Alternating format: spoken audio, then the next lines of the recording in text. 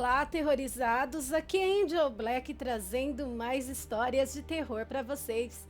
Antes de darmos prosseguimento ao vídeo de hoje, peço para você aí que ainda não é inscrito, se inscreva no canal, deixe o gostei, compartilhe o vídeo com mais pessoas, ativem as notificações do canal tocando o sininho, aí sempre que eu postar algo novo aqui na plataforma, rapidinho você vai ser notificado. Se não gostar, compartilhe com seus inimigos e se vingue deles. E hoje trago para vocês uma história aqui da página Mundo Obscuro, intitulado A Sombra na Parede, por Carlos Alexandre Ehrlich. Vamos lá?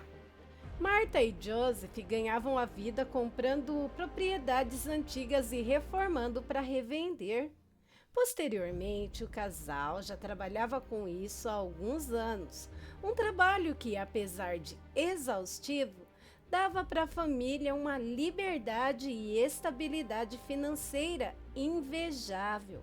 Porém, as constantes mudanças eram odiadas pelos dois filhos do casal, Sofia, de 7 anos, e Mateus, de 16 anos. Era um dia chuvoso quando eles chegaram à nova propriedade adquirida, uma enorme mansão vitoriana que ficava isolada em meio a uma densa floresta, a cerca de 15 minutos da cidade mais próxima. Apesar de isolada, a mesma era bem segura, com uma enorme cerca metálica que separava o quintal da casa do resto da floresta. Ao estacionarem em frente ao portão, Joseph desce para se encontrar com o carpinteiro que tinha vindo a mando do casal para fazer um orçamento adiantado a pedido deles. Este lugar parece uma daquelas mansões mal assombradas de filme de terror, disse Mateus para sua mãe, enquanto fazia uma cara feia ao ver a enorme casa ao fundo. Após se despedir do empregado, Joseph retorna para o carro e a família segue para casa. Apesar de bem judiada por fora, por dentro a casa estava em um estado até aceitável, embora muito disso fora pela faxina realizada por faxineiros contratados pelo casal dias antes de se mudarem. A casa era enorme, com vários quartos e 3 andares, um enorme escritório, sala de jantar espaçosa, entre outros luxos encontrados em mansões. Apesar de enorme, a casa estava bem quentinha e aconchegante devido ao aquecimento que fora deixada ligada pelo carpinteiro, devido à chuva e ao frio que estava enquanto fazia o seu orçamento.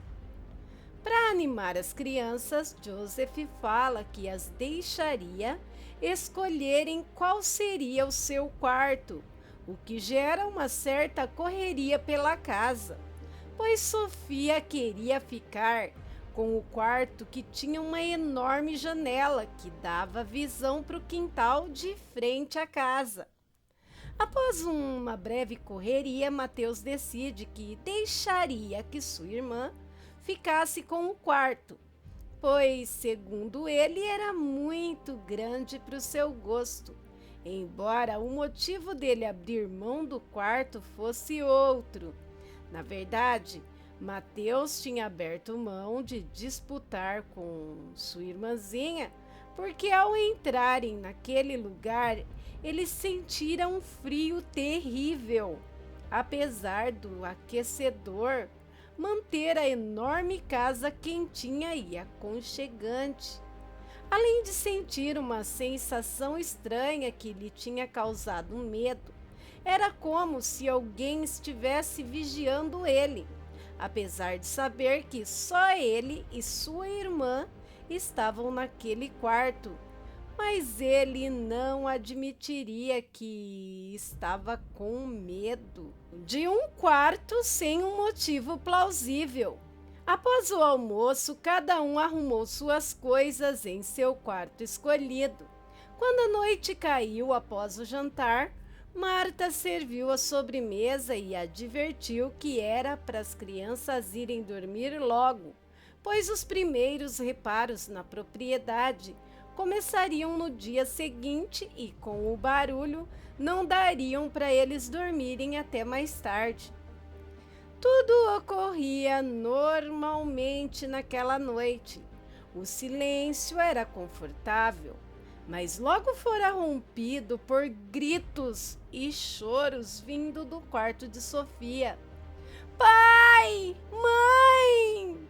Rapidamente, Joseph e Marta correm para o quarto da menina e, ao acenderem a luz, constataram que não havia nada de errado. Visivelmente, eles logo deduzem que provavelmente a menina tinha tido um pesadelo. Pai, tinha alguém na parede, eu juro. Ele chamou meu nome várias vezes. O pai abraça a menina e a convence que tudo tinha sido apenas um pesadelo e que ela não deveria se preocupar. De imediato, Marta se oferece para dormir com ela naquela noite. Joseph então vai buscar mais um cobertor e, em sua mente, diz para si mesmo que iria pedir para olharem o aquecedor, pois o quarto escolhido por sua filha estava muito mais frio que os demais quartos. O restante da noite corre normalmente. Pela manhã, enquanto servia o café na mesa, Marta questiona seu marido se ele tinha ido até o quarto verificar elas durante a noite. O mesmo, dando um gole no café, estranha a pergunta e diz que não, que havia dormido a noite inteira. Ela então diz que deveria ter sido apenas uma impressão, que devia ser bobeira de sua cabeça, mas ela podia jurar que tinha ouvido passos enquanto estava deitada junto com Sofia. Não demora, os empregados começam a chegar. Os primeiros reparos a serem feitos são externos, pois por dentro a casa estava mais conservada. Os dias passam e, cerca de um mês após o começo das obras, Sofia sofre novamente com o pesadelo. Mas quem decide dormir com ela dessa vez é Joseph, pois sabia que sua esposa ficava resfriada facilmente. E mesmo com uma revisão nos aquecedores, aquele quarto ainda era o mais frio da casa. O mesmo tinha tentado convencer Sofia a escolher outro quarto, mas todas as vezes terminavam em birra e choro. Após se cobrirem, a menina rapidamente pega no sono. Mas algo mantinha Joseph acordado.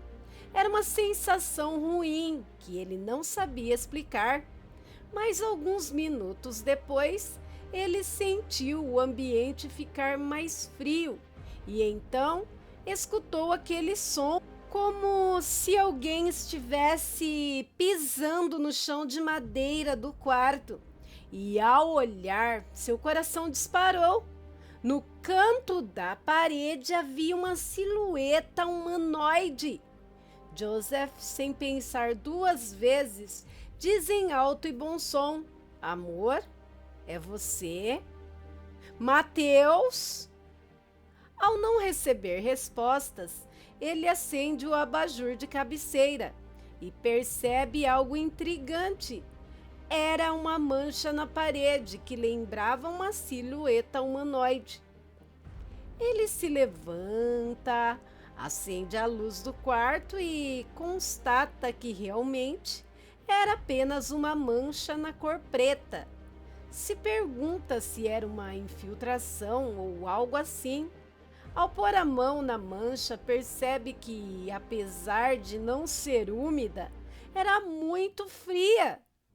Ao amanhecer do dia, ele pede para que o carpinteiro-chefe verifique a mancha. O mesmo, ao analisar a mancha, alega que não era infiltração ou começo de curto-circuito, pois antes de passar o orçamento, o mesmo tinha verificado cada parede e podia afirmar com certeza que naquele local não passava nenhum cano ou alguma fiação elétrica que pudesse causar tal mancha. E então afirma que provavelmente as crianças tinham ouvido as lendas da casa quando estiveram na cidade e tinham feito aquilo com lápis ou tinta spray. Ao ouvir aquilo, Joseph questiona que tipo de lenda que ele estava falando. O carpinteiro, sorrindo, questiona se Joseph não tinha ouvido falar e então começa a contar. Bom, é uma história antiga, mas dizem que essa mansão é o lar de um monstro que se esconde nas sombras das paredes. Uma fantasma ou sei lá o que rouba crianças. Dizem que essa coisa foi invocada na casa pelo primeiro dono que deu os seus filhos em troca de poder e dinheiro e que desde então ela fica à espreita esperando as crianças desavisadas para se alimentar. Dizem que várias pessoas que moraram ali tiveram os seus filhos levados, mas relaxa-nos, não passa de uma história contada para manter crianças curiosas fora daqui, disse o carpinteiro sorrindo e avisando Joseph que no final de semana tinha o jantar com os novos compradores da propriedade e que, se quisesse, conhecia uma boa babá para ficar de olho nas crianças. Ao ouvir aquilo, Joseph decide que iria pedir para o seu cunhado levantar o histórico da casa, para saber até onde a lenda tinha fundamento, pois a fama do local poderia explicar o motivo dele ter conseguido comprar a casa por um preço tão baixo. Então, mais tarde, ele liga para Marcos e pede para que ele investigue os antigos donos da residência. Naquela semana se tornou recorrente os pesadelos de Sofia e a sensação de estar sendo observado que Joseph sentia sempre que entrava naquele quarto. Mesmo sendo cético e concordando com o carpinteiro que provavelmente tinha sido um de seus filhos a pichar a parede, era inegável os arrepios que sentia ao olhar aquela silhueta na parede. Na noite do jantar com os compradores chovia muito, mas a reunião não podia ser desmarcada, pois os mesmos eram de longe e já estavam na cidade para negociar com o casal.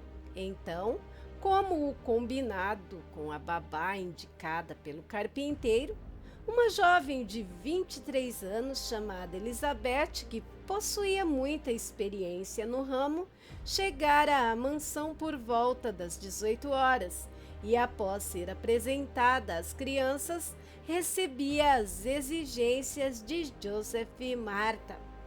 Bem, como é final de semana, eles não têm horário para dormir. As pizzas já estão a caminho. Você pode comer o que quiser. Se quiser pedir, tem dinheiro no armário da cozinha. Só não deixe eles verem filmes de terror. Fora isso, sem mais regras. Após falarem isso, eles seguem para a cidade, onde iriam jantar com os compradores. A noite corria normalmente. Após comerem pizza, os três estavam na sala, assistindo filme, quando após um forte raio, as luzes da casa começaram a piscar. A princípio, todos ficaram calmos e Elizabeth decide que era melhor as crianças irem para seus quartos antes que a luz falhasse de vez devido ao mau tempo, o que aparentava que não demoraria a acontecer. Mas foi quando ela subiu para o segundo andar junto com Sofia e Mateus que as coisas começaram a tomar um rumo macabro. Ao entrar no corredor, a jovem tivera a impressão de ver uma silhueta rapidamente passando de um lado para o outro do quarto da menina. A mesma então questiona as crianças se havia mais alguém na casa além deles. Confusos, os mesmos afirmam que não e questionam o porquê da pergunta. Ela então pede para que eles aguardem um pouco ali e segue lentamente em direção ao quarto. Assim que adentraram mesmo, as luzes da casa se apagaram, mas devido à enorme janela que o mesmo possuía, ela vê claramente aquela coisa sendo iluminada pela claridade dos raios que caíam lá fora. Ela estava no canto do quarto, era um ser humanoide alto, sua feição era monstruosa, possuía garras nas mãos e sua pele era tão escura quanto uma sombra.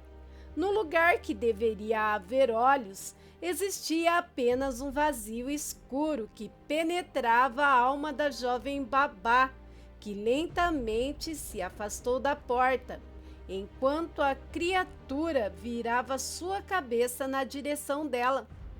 Elizabeth grita para as crianças descerem e se esconderem, enquanto começa a correr.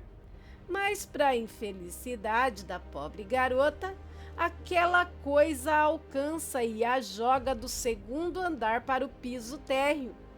Elizabeth sente o ar fugir de seus pulmões e a dor era insuportável. Ela tinha fraturado costelas e um de seus braços também. A garota só ficou um pouco mais aliviada ao ver as crianças em sua frente, pedindo para que ela se levantasse e fugisse com eles. A babá sabia que isso não era possível, não naquele estado em que se encontrava. Então, ela pede para que as crianças se escondam e tentem ligar para a polícia. As crianças então pegam o celular dela e correm para outro cômodo, enquanto escutavam os passos indo em direção à escada. Aquela coisa desce degrau por degrau lentamente como um predador que sabia que sua caça estava incapaz. A jovem tenta se arrastar para longe, mas infelizmente é em vão. Aquela monstruosidade se abaixa na frente da garota, como se apreciasse o sofrimento da mesma. Em seguida, segura a cabeça dela com as duas mãos e gira a 360 graus. A pobre jovem não tem tempo nem de gritar, antes de ter a sua cabeça praticamente separada do corpo. Longe dali, no restaurante, Joseph e sua esposa estavam comemorando a assinatura do contrato de venda para os compradores novos que tinham acabado de fechar negócio. Neste momento, o celular de Marta toca. Era seu irmão Marcos. As crianças estão na casa? Se estiverem, tô indo buscar elas lá. Sobre o levantamento que o Joseph me pediu, eu sei porque o valor da casa estava tão baixo. Desde que essa casa foi construída, já aconteceu mais de 9 casos de desaparecimentos de crianças sem solução. Não vou deixar meus sobrinhos ficarem em um lugar assim. Tem algo errado com aquele lugar. Após ouvir aquilo, Marta fica em estado de choque e avisa o marido. Os dois se despedem dos compradores e informam que se tratava de uma emergência e saem disparada rumo à propriedade.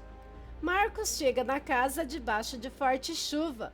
O mesmo percebe que todas as luzes da casa estavam apagadas e então, antes de descer do seu carro, verifica sua arma que fica no porta-luvas e com ela, uma lanterna em mãos, vai em direção à residência. Ele bate na porta algumas vezes antes de forçar a maçaneta que se abre. Ele cautelosamente adentra a residência, chamando por seus sobrinhos e pela babá que fora informado por sua irmã que tinha ficado cuidando das crianças. Ao dar os seus primeiros passos, ele logo percebe que a babá está estirada no meio da sala. Ao se aproximar, tentando contato, ele fica horrorizado ao iluminar o corpo e perceber que sua face estava do lado contrário. O mesmo, não querendo acreditar naquilo, ainda tenta verificar se ela estava viva. Mas ao mexer o corpo, percebe que os ossos do pescoço da pobre moça estavam todos quebrados. A partir dali, Marcos avança com cautela, tentando achar seus sobrinhos, enquanto se perguntava quem seria capaz de fazer algo tão brutal com um ser humano.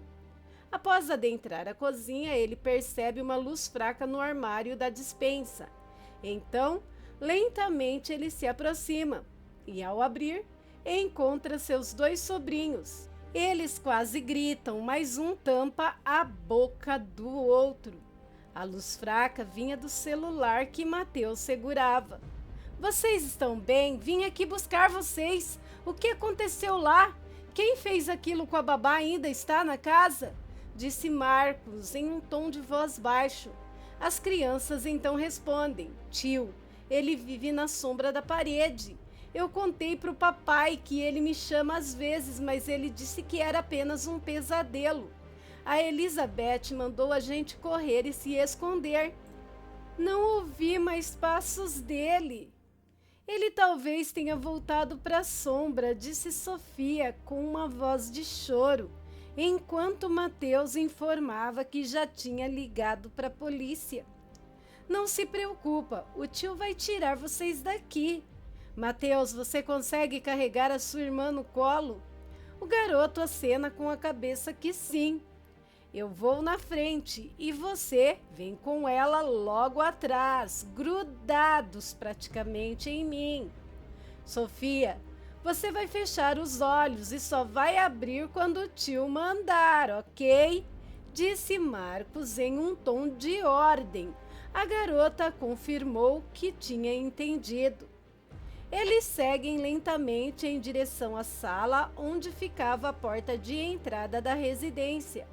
Ao adentrarem a mesma, Marcos primeiramente olha as escadas e o cômodo inteiro com a sua lanterna, clareando, antes de dar sinal para o seu sobrinho avançar. Mateus, ao ver a babá, fica chocado, mas continua a andar, pois sabia que se parasse para lamentar, poderia ser o próximo. Eles lentamente seguem em direção à porta, porém, ao passar um pouco da onde estava o corpo da jovem, o coração do rapaz se enche de temor ao ponto dele congelar, paralisado de medo. Ele dá apenas alguns passos, se afastando mais para o canto. Ao perceber isso, seu tio questiona o motivo. A lareira estava acesa quando descemos as escadas correndo para tentar ajudar Elizabeth, disse o rapaz, engolindo seco. Marcos vira sua lanterna para a lareira e, ao iluminar a mesma, de imediato percebe aquela coisa que se escondia dentro da escuridão da mesma. Ele atira diversas vezes na criatura que corre em sua direção, o jogando brutalmente contra a parede, fazendo com que batesse sua cabeça, deixando a arma e a lanterna caírem no chão, deixando então o ambiente escuro, enquanto a luz da mesma piscava enfraquecida pela queda, revelando apenas a poça de sangue que começava a se formar onde Marcos se encontrava caído. Lentamente, aquela coisa se dirigiu em direção às crianças e, com uma voz grave e sobre-humana, disse: "Esta é a hora de ir, crianças. Não vai adiantar fugir", dizia a criatura enquanto as crianças gritavam de pavor. Joseph e Marta chegaram exatamente na casa ao mesmo tempo que as duas viaturas de polícia, e ao descerem do carro percebem pela enorme janela do segundo andar, que ficava no quarto de Sofia, um movimento. Assim que os policiais apontaram suas lanternas para lá para ajudar na visibilidade que se dava apenas pela luz dos giroflex das viaturas, conseguem ver nitidamente aquela coisa que carregava em seus ombros as duas crianças adentrar na sombra na parede.